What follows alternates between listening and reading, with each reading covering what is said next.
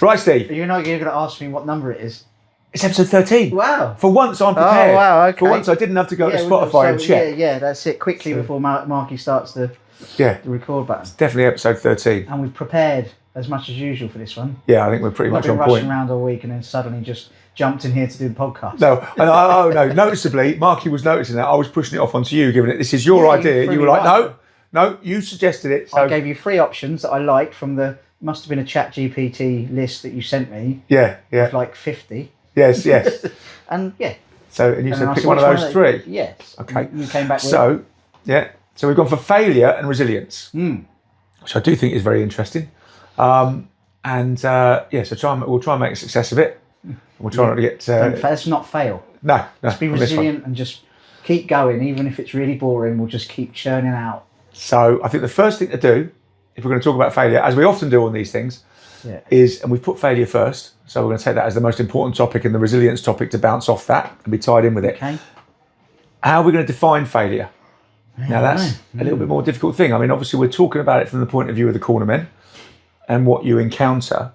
And how are you going to define failure in the context of when people come to you feeling failure? Because obviously, I think, do we define failure as how we compare ourselves to other people? Do we define failure as in a particular endeavour that we have not succeeded in? I think the answer is individual.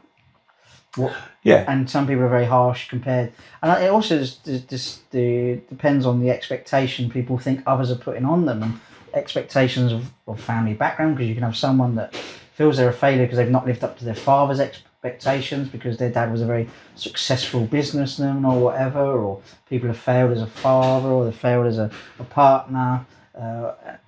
So I think it can depend, because if you play the other way and think, well, what do we think of success? And I think that's a difficult one, because I was trying to, in a little bit I was thinking about this, is I think a lot of success now is deemed how much money you got, how what you've got, how affluent you are.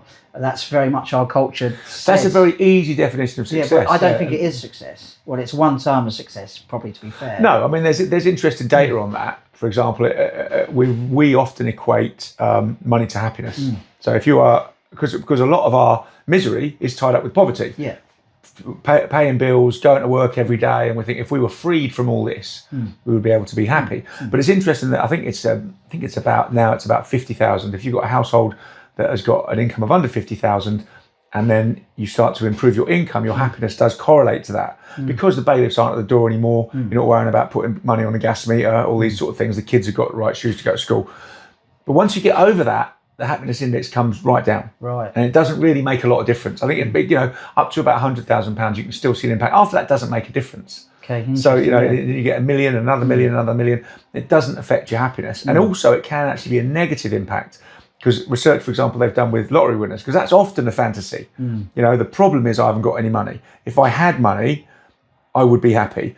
And what it actually does is all of a sudden you get this money, and you're still miserable. Yeah. And that's horrible, because now there isn't a magic wand to eliminate that misery. And also sometimes it can exacerbate the misery, because actually a lot of our happiness is tied up in our interpersonal relationships. Those are all of a sudden imbalanced. When everybody else you know is skint, and all of a sudden you're a millionaire, changes things. So is the definition of failure so if you've got a goal or there's something you believe is a success, what that is defines whether you see yourself as a failure? I suppose very much so. I mean, what would be your ultimate example of failure? So when I go to my grave, well, I would say Tottenham Hotspur Football Club, but that's that would be your example of failure. What, playing for them, or owning them, or going to a game? No, it's just a cheap shot. Let's just move on. Okay, cheap shot Spurs. See, mine would be failing as a father. Yes, and that's what I wouldn't like to think. I think I'm on the same page there. Yeah, that's kind of my legacy. If I can go down and I can think they're happy and I've done a good job, I've done the best I can do. So that pays into a lot of what we see sometimes is. There's various people that, if they're struggling with addiction or their mental health, they know they're failing as a father, or that a relationship has broken up. A lot of the heartache we see is people not having access to their children, and they may have failed in some way, and that's quite a tricky one, because there's going to be an element of truth in that. If you're using drugs, you are failing as a father, and I think, and so it's about turning that to say, right, well, let's do something. It doesn't have to be that way. Let's do something. You've identified it. Well done. let's do something about it. Mm. And then the beautiful bit of our job and what we do is when people do overcome that, what they thought was a failure they couldn't do, and they go, I'm doing it. And then everybody's life's improved. Yeah. So it's turning that failure. Sometimes identifying where the failure is really, really helpful. Yeah. And one of those sort of very difficult, I don't know if self-fulfilling prophecy is the right phrase I'm looking for, but I can imagine, I mean, generally in life, sometimes when you sit down and you think about people with anxiety or think about people with addiction issues, you know, you start off from the point of view of why have these people got these things? And you can sometimes, if you think about it a bit deeper, you can think, why hasn't everybody got it? Yeah. Because it's like the anxiety. I mean, you know, to realise you're vulnerable in the world and then to realise that you're mortal, so that's coming up as well, you know, is obviously a big trigger for anxiety. And things like alcohol and drugs do take the edge off that a little bit. And also but what I'm saying is, like, if you've got that addiction issue and then you've got something about, say, the failure as a father, because you're not seeing your children and you don't feel you're doing your best by the children, what's the way to take the edge off that feeling of failure and anxiety? Well, you know, it's the drugs you go back to. So you can see how that spiral can continue. Also, we hear like people saying the feeling of anxiety makes them feel like a failure. Like, I think people sometimes think that they should feel confident and that anxiety is a failure and beat themselves up kind of for it, you know, and get relieved when they hear that, oh, this other person's anxious about the kind of same things. You know, there's levels of anxiety, but, you know, sometimes there's a relief in thinking, oh, actually, am I a failure? And they've not bounced it off, because that's the beauty of talking. They've not talked. So they're sat there with these feelings thinking, I'm a failure because I feel like this. And then they start talking and then everyone goes, then about shared human experiences. Oh, okay, maybe I'm not such a failure. I'm just normal, but I've never verbalised it before with anyone. So I've sat in my head just thinking, oh, well, I'm terrible because this is how I feel. Well, it's funny enough, obviously we are as always sat in a boxing club. And so I always come back to that analogy, or often come back to that analogy because it's been such a big part of my life. Nicely. But one of the things that I always remember, working out about anxiety when I was younger. So I started boxing when I was 14. So started going to competitions when I was 14. Oh, yeah. And I was terribly nervous. Yeah. I'd be sitting there all day waiting for them to come and get me in the van. Then I'd get in the van, I'd sit there, you know what I mean? And then, you know, and get punched in the face. Yeah. And well, it's like you say, you know that you're going to have a fight. Everyone's going to be watching. 4 or 5 hours time when everyone's watching you. Yeah. So obviously it was a very anxious time, but you'd look around you and everybody else seemed to be really calm. Even when you got in the van, everybody's laughing and joking and chatting and all that. So that does help. Yes. That does help. The camaraderie does help. And you kind of mask it as well. But then, you know, you're going in and you know, and the nerves kind of peak when you're just waiting, when it's absolutely inevitable. Yeah. When the guy's turned up, he's on the other side, he's warming up, you know what I mean? And you're waiting to go in. And then the worst bit is when you actually stop the pads, or you stop the warm up and they go, right, just wait there. You know, a couple of minutes. Yeah. Then it's like, oh my God, here we go. So, but the anxiety, well, you do.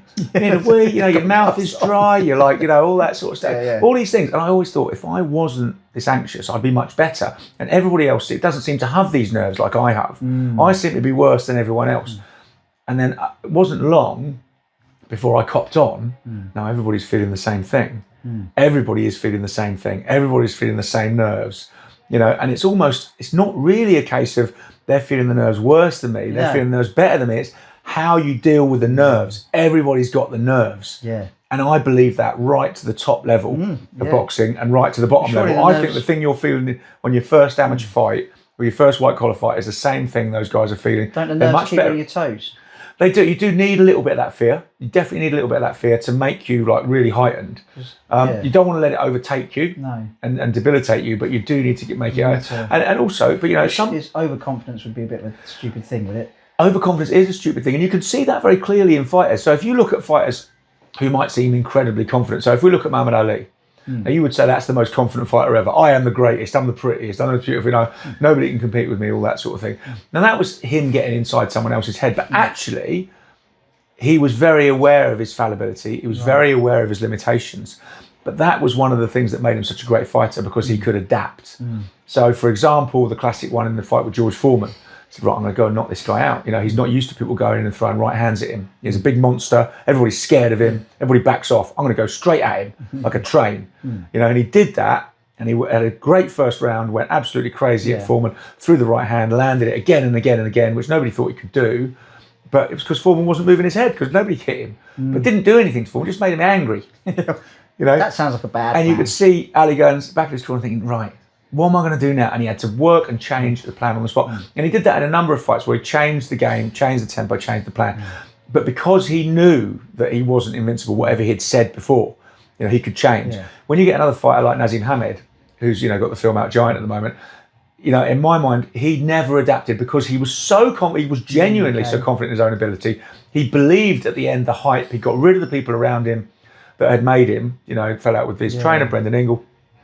And when he came up against Barrera, and it didn't work, what he didn't work. And he was getting beaten up by Barrera. He couldn't adjust and he couldn't adapt because it was almost like his head couldn't understand that. It couldn't take it and it couldn't, so his understanding of himself was so brittle that he wasn't able to adapt. So it can be, like you said, that overconfidence can be counterproductive. I had a conversation with someone. They were really well. We sometimes situations need to change. It's scary. People are comfortable in what they're doing, and sometimes in our lives we need to take a risk. Otherwise, we don't move to a different. We stay stuck. And sometimes and I was just talking, and they've got a new job. Brilliant. They've done really well, and they've got a new job. This was a big goal. This was an aim. They've done amazing, and they've kind of shocked themselves that, hang on, I went for this and I've got it. And they were talking about how nervous they are, and it's like, that's fine. On my first day, let them know. I'm turned up. I'm a bit nervous. People will understand that. Yeah. People will get that. If you walk in all confident and cocky, they're going to think you're a prick, basically. Yeah. No one likes that fella who turns up, well, I know everything. If you go into people and say, a bit nervous day, first day, people understand, they get it. Yeah. Everybody likes a bit of humility and a bit of honesty because this is the thing. Everybody's feeling the same thing. Exactly. And everybody understands. People will look at you and think, in your position, I'd feel the same. Yes. So I totally empathise. Yeah. So if you go in all, I know everything, and you're going to get people's backs up, really, because everyone's going to think, well, that's not normal. So, but talking about that risk and talking about failure as well, what I wanted to talk about was the fear of failure. Now, failure and fear, I think, are very linked. Yeah, absolutely. Because that's what what is failure. Failure is often, not always, but often striving to do something you might be a bit scared of doing, and that fear can hold you back. But I think it's interesting. You said to me before that actually a lot of the regret that you see in older men that come to the service is actually not what they've tried and failed to do, but what they have been too scared to attempt. Yeah. So they see that as a failure. So it's that strange thing that if you're too scared to try because you think you'll fail, you will definitely fail. Whereas the other way, if you try and fail, you've got a chance. And I love that phrase. I can't remember at the moment who said it, but you failed. Brilliant. Try again. Fail better. Yes, and it's a difficult one to kind of encourage because people are scared of failure. You don't want to push someone. Well, we never push anyone to do anything they don't want to do anyway. And encourage people that if it does go wrong. I mean, the irony is, where people talk, we're dealing with a lot of people that have kind of lost a sense of not wanting to be of life anyway. What's the point? And so, well, if there's no, if you've got nothing to lose, you might as well try. And so, but you're right, fear, and it's failure is such a powerful word, isn't it? Failure. Oh, I mean, it's like, and it's a kind of it's probably based on what other people will think about you as well, and about yourself. So, and it can reinforce people, especially if people. It kind of depends on what you've experienced as well in your life. If you've had somewhat like, I was never told. My parents never sort of put pressure on me. As in, oh, well done. But if some people have been told they're a failure right from the off. Yeah. So it's an inbuilt belief, and it becomes a self-fulfilling prophecy. I'll fail at that. I'll fuck that up. These are the people that are supposed to kind of help you develop. And if you've grown up with a feeling that you're a failure, then that's the message. I'm a failure, and so everything I am going to do is failure, and it gets linked to all these. So it's a really such a weighty word, failure. But you're right. The dichotomy is, in order for you not to feel like a failure, we're going to have to achieve some things. And in us trying to achieve some things, or you trying to achieve some things, you're going to have to run that risk. And, fair play to people who can't do it. But when people do it, and it pays off, I suppose it's the equivalent of a knockout for me, or us, or scoring a goal. That's what we're here for. to hear people say, I tried that, we've done it, I didn't think it's possible. And people, remember we've talked about people being the hero in their own story. Yeah. That's a big thing of the people who come to us, the hero has got to be them. It's thank you, there's got lots of nice things about the Cornermen, it's great, but actually we need those guys believing that they have done the change, otherwise it's worth nothing. Yeah. It's just that's that belief that you have agency in your own fate. Exactly. And if you don't believe that, then... And that's where the analogy of the Cornerman comes in, which is, you've took the notch, you've gone down, let's keep going. That almost is the definition of failure. To not believe that you have agency in your own fate. Right, okay. That you are just literally pushed around by forces outside of your control. Yeah. And then, when you let that happen, you're just kind of bowling along. Yeah. And the switch on when people realise, hang on, I have got some power in this. I have done it. And then the confidence comes, and that's where, that, like we've said, the hero in their own story, the hero, Joseph Campbell's, I think it's called the hero's myth or the hero's cycle, is really interesting if you want to look at it. We've mentioned it before, but that's when they have to take a risk. And they have to do so. It doesn't have to be massive risks, but even for some people, like a small thing is massive. Maybe seems small to us, but to them, very, very, very big. Or letting go of how do I survive without this addiction? How do I survive without this? What's the risk? And so that's kind of, I think that's something we see very, very common every day. Really, of people, right? What do I do? How do I want to do this? Well, there's going to come a risk of failure. Yeah. And what about that failure? Coming back to that failure you see of people failing because they didn't try, and then feeling that it's too late for them to try now. Yeah, I mean, you've got to be honest. It's difficult.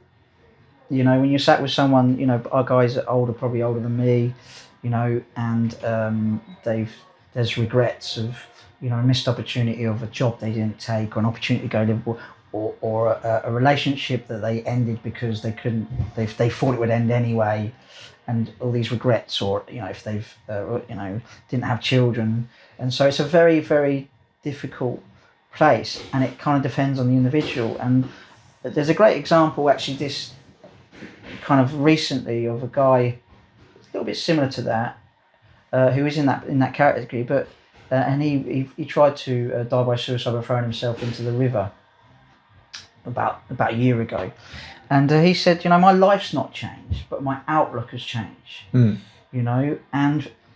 this week was a really nice moment. I was able to tell him, because we sit and we have coffee in town and we say hello to people, and this week I had, last week he's in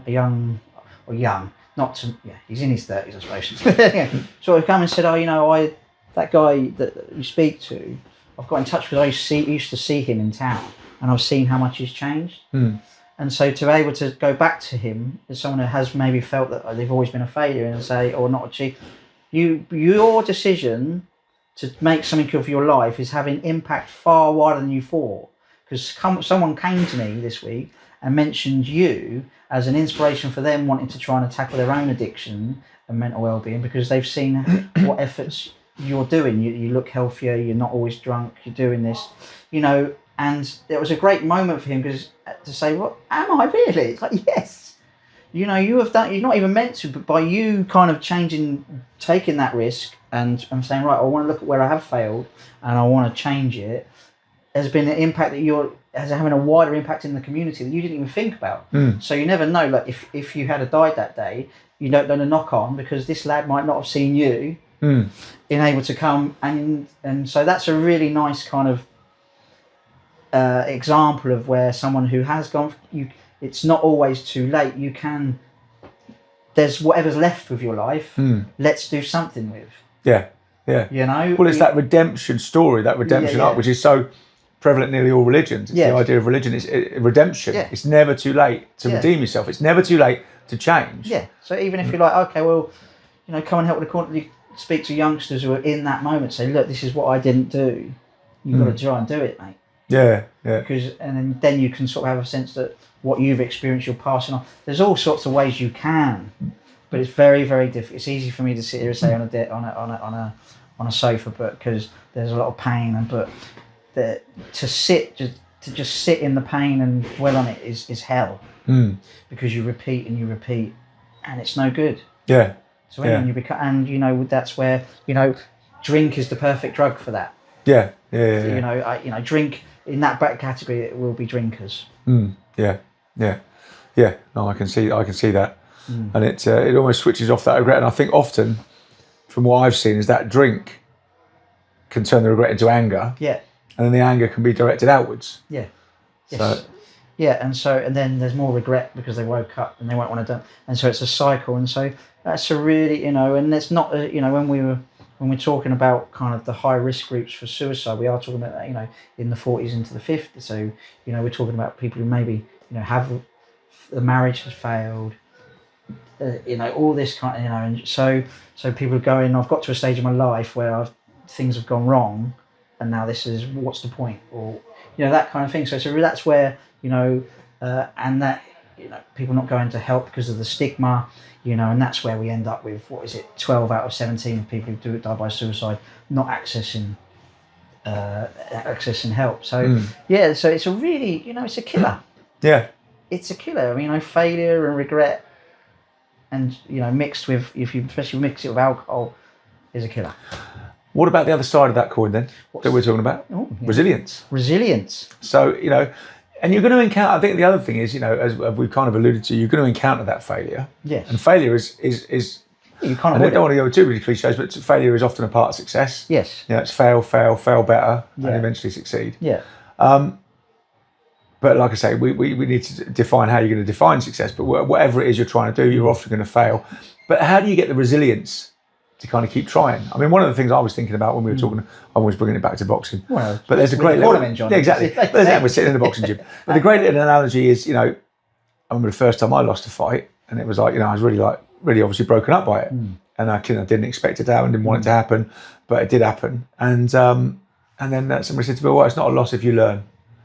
And I thought about that, and I thought, "Oh, right," and I thought about what that meant for quite a time, and it really did help. He was saying, you've learned. I thought, well, I did learn. Yeah. I did learn this, I did learn that, I could have done that better, I could have done that better, I did this, he did that really well, I'll do that next time. It was like, and so it was a learning process. And so then it becomes a learning process, and you're just going in, it becomes a test, and you're going for another test.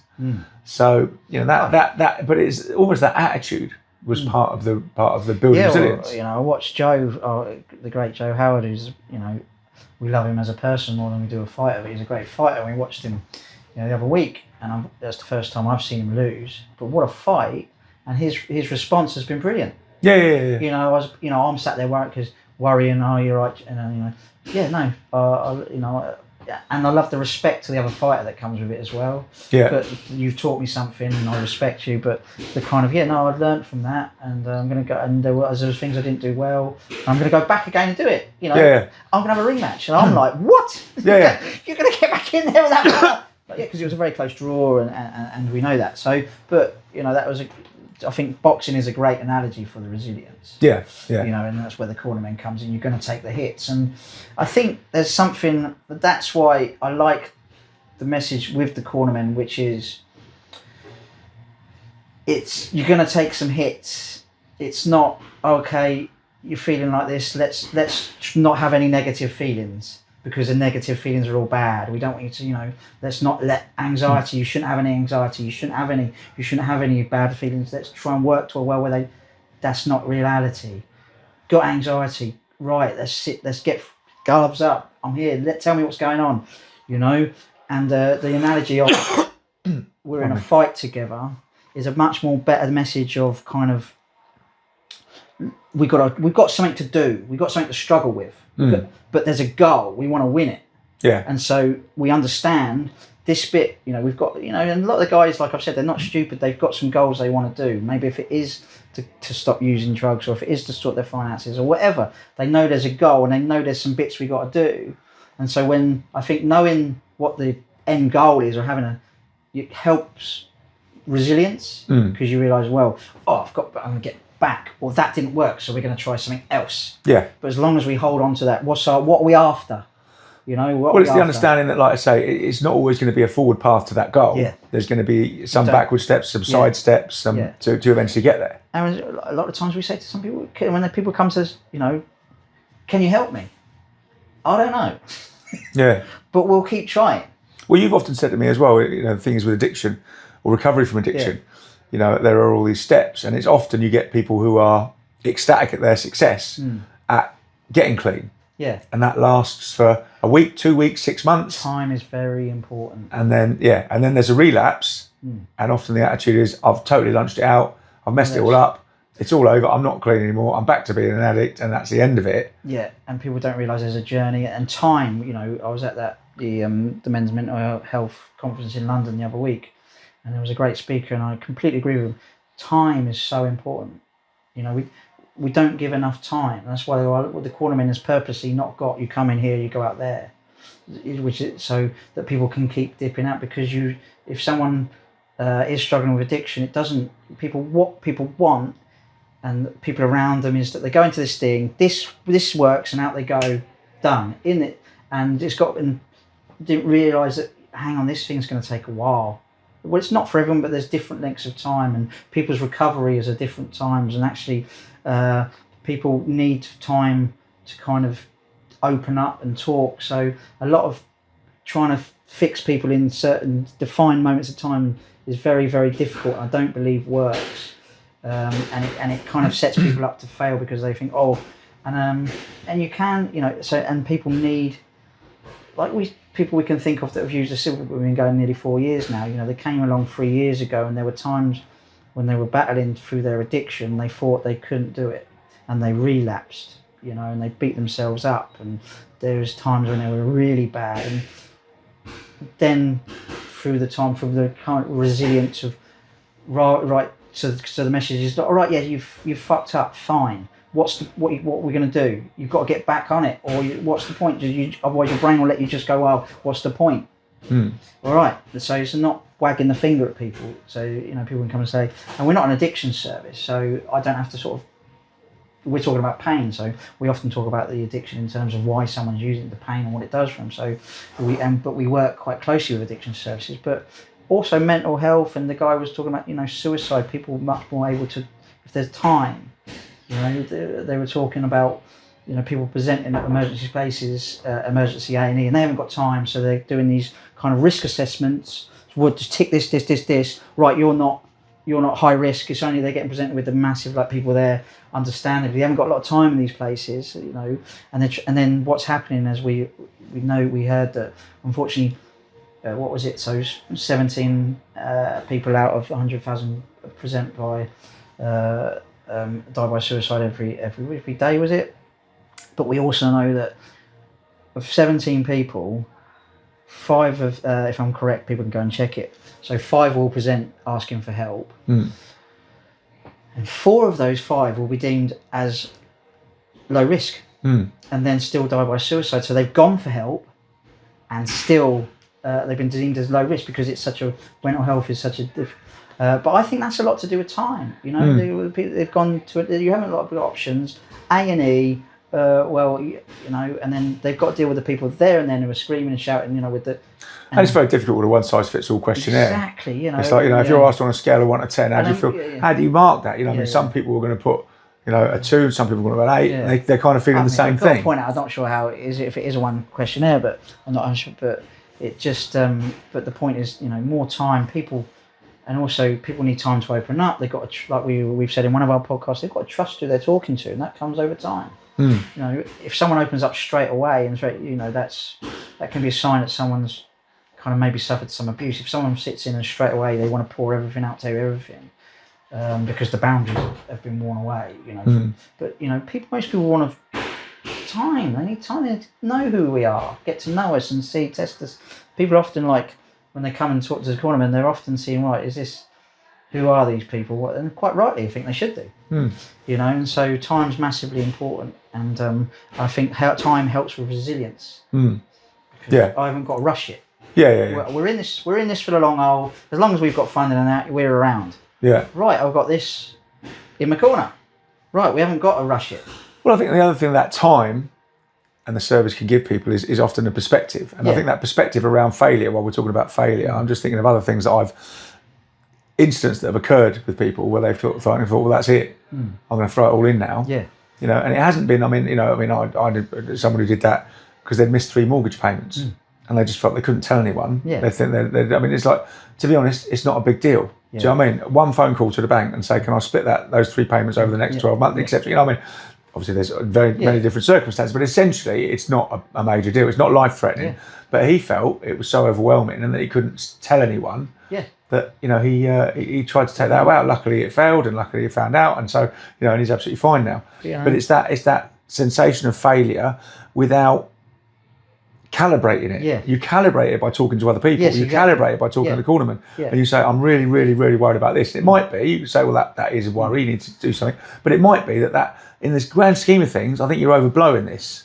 Yeah, and a comment I hear a lot is this, I mean, it's not rocket science. Do you know what? Talking, I never tried talking before. Yeah. You know, I didn't realise, like, talking, you know, and then that's great, they go and tell everyone else that, well, you should really talk. Yeah, you know? Because of the calibration, like you're talking about. This is in my head. I'm scared to tell someone I know about if that's right. So I'll go and tell, you know, some stranger at the boxing club, and if he seems all right and what he says comes back, we can have a conversation, and I can go, okay, well, okay, I'm not, yeah, that's right. Okay, or we can do this about it, or it's not all dead. You know, we can always, you know, and unfortunately, there's a lot of people that aren't that even right now will be sort of in somewhere in their head. Yeah, yeah. You know, and it could all be sorted if they could come and chat to someone that just help them really see things in a different light. Yeah. Just yeah. So the resilience really is. I think maybe, do you think people think resilience is like it's a me thing, but actually, if you think about it, you need a lot for resilience. You need the right. If you even think of the boxing, you need the right corner.